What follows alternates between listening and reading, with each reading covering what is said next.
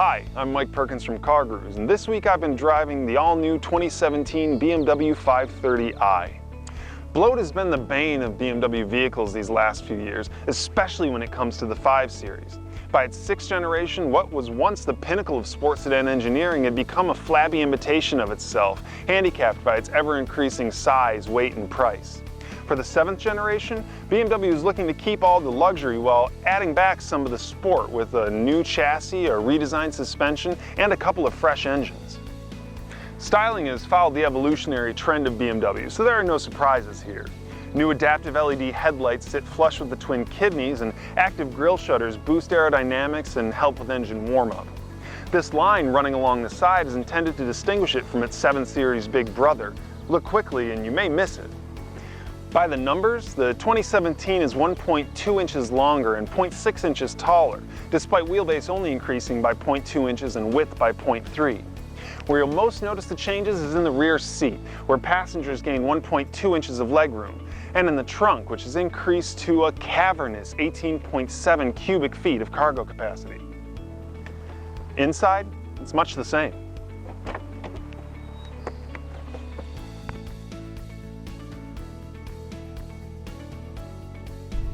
Now this driver-centered console is trimmed in the optional piano black, along with wood and these really nice ceramic controls that will replace a lot of the plastic and chrome that you'd normally find here. Although I would argue that you shouldn't normally find plastic controls in a $50,000 or especially a $70,000 car.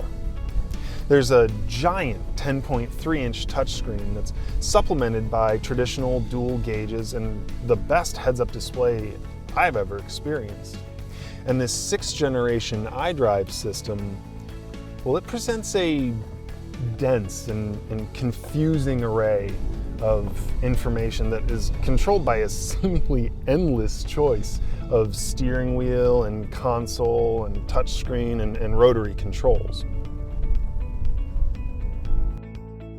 Now, with aluminum and magnesium going into the new G30 chassis and the redesigned double-wishbone front and 5-link rear suspension setup, this new 5 Series is up to 137 pounds lighter than the outgoing model, but be careful, because if you start clicking through the options list, you can easily negate all of those weight savings.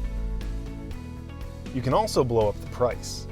This base 530i with the updated 2-liter Turbo 4 will run you $51,200. But with all the options you see here, that jumps to $72,135, with another $10,000 left unchecked. That's just below the starting price for the twin-turbo V8-powered M550i, and that can easily be optioned up to near $100,000. I'll give you a second with that stat. Sitting between the two is the 540i with its turbocharged inline-6, an extra $5,000 for 2 more cylinders, as it were. But let's not get lost in the financial weeds. I want to talk more about weight and handling. The improvements to the chassis and the suspension, and especially the steering, can be felt here. Gone are the planetary gears that gave such an inconsistent feel in the 6th generation. Instead, BMW took a nod from Porsche and went with a more elegant variable ratio rack. And that means that your response is consistent no matter the input. Now, the integral active steering is still here as an option, and it's still a little weird, with that rear wheel steering. But with the new setup, it doesn't feel as unnatural, if still a bit numb. That said, leaving it off is a great way to keep the weight down, to keep the mechanics simple, and to keep the price about $1,200 cheaper. This lighter revised suspension means that the new 5 Series handles better than before, especially when fitted with these optional dynamic dampers and electromechanically controlled anti-roll bars. BMW's adaptive drive system, it's always been one of my favorite on the market. It has a very distinct difference in feel between Eco Pro, Comfort, and Sport modes. But here, they've added an adaptive mode. and that supposedly takes your driving style and the situation into account to give you the most appropriate profile it can. It'll even take navigation information in for its processing. And actually, the Eco Pro mode, that does the same thing. It'll utilize road topography to give you the most efficient use of the 8-speed transmission. But before you ask, no, there is no manual transmission option. Should we just have a moment of silence for that? Regardless, each mode does provide its own unique profile, but if adaptive mode is really doing its job, shouldn't that kind of obviate the need for the other modes? I don't know. Honestly, I'm getting kind of bored with cylindrical drive modes. I mean, how often do you really switch around? Most people I know who have a car with that option, they just kind of end up picking a favorite after a couple weeks, and then they rarely stray. What about you guys?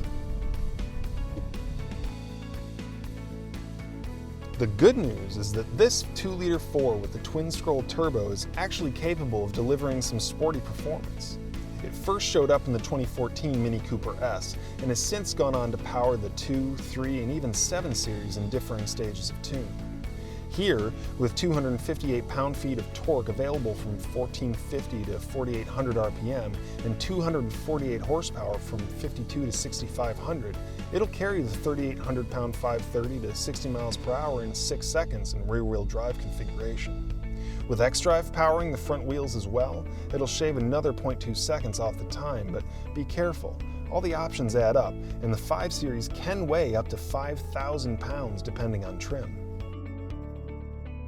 Here, it's plenty, and honestly, it kind of dispels with the notion that a Turbo 4 has to suffer from turbo lag down low. I mean, it's nearly non-existent, and it delivers smooth power, I mean, pretty much from off idle. Although honestly, it does sound a little rough when you're outside the car. Inside, it sounds nice and smooth, so I wonder how they achieve that one. Really, the only place that it struggles is at highway speeds when you're trying to pass. If you don't utilize the paddle shifters there, it takes a while for the turbo to spool up. If you absolutely have to have that kind of performance on tap, just go with the 540i's inline 6. You won't be disappointed there. For this, fuel economy is rated at 24 city and 34 highway for a combined rating of 27. I'm getting closer to 22, but I haven't even touched Eco Pro mode. I've had the climate control on the entire time, and I haven't utilized the auto start stop, which thankfully is off by default. So really, that 22, that feels pretty close to spot on. I have no doubt that the 27 is achievable. So what's left to talk about here? The tech. This generation sees BMW really gearing up toward their goal of producing a fully autonomous vehicle by 2021. With the 3 driver assistance packages included here, a suite of options that represent nearly $5,000 of the total price, you get everything currently offered on the market. Adaptive Cruise operates with an auto braking function up to 130 miles an hour. Obstacle avoidance and lane departure will steer you around objects or back into your lane, and a side collision avoidance system will even steer you away from someone merging into you. Hell, it'll even park itself. You don't even have to be in the driver's seat. Now, you want unique tech? Well, how about gesture control? That'll allow you to do everything from mess with your audio and climate controls to take or reject phone calls to even adjust your navigation settings just with some hand movements. Or how about the ability to access your vehicle's cameras remotely through your smartphone via the BMW Connected app?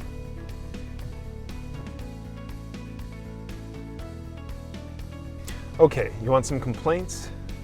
Well, honestly, I'm just sick to death of this piano black trim that everybody seems to be so in love with. I mean, it looks great when it's clean, but it scratches way too easily and it shows every fingerprint, like you got done eating a plate of fried chicken. Now, the wireless charging port It's wonderful that it's actually large enough to fit the larger smartphones that have wireless charging. But if you put a cup in the cup holder, your phone is trapped inside.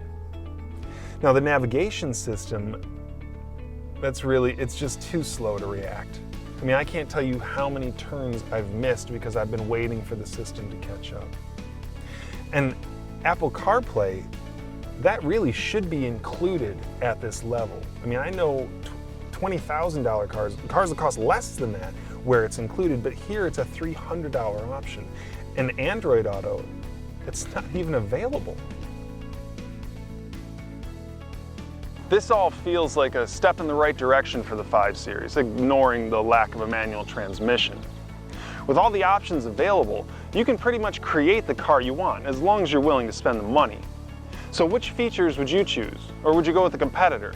I mean, with the E-Class, the GS350, and the A6 all running right alongside, there are just no easy choices here. Hey, thanks for watching. For full details on the all-new 2017 BMW 530i, just click the link in the description. You can head over to CarGurus.com and read my full review. And for videos of some of those competitors that I mentioned, just subscribe to the channel.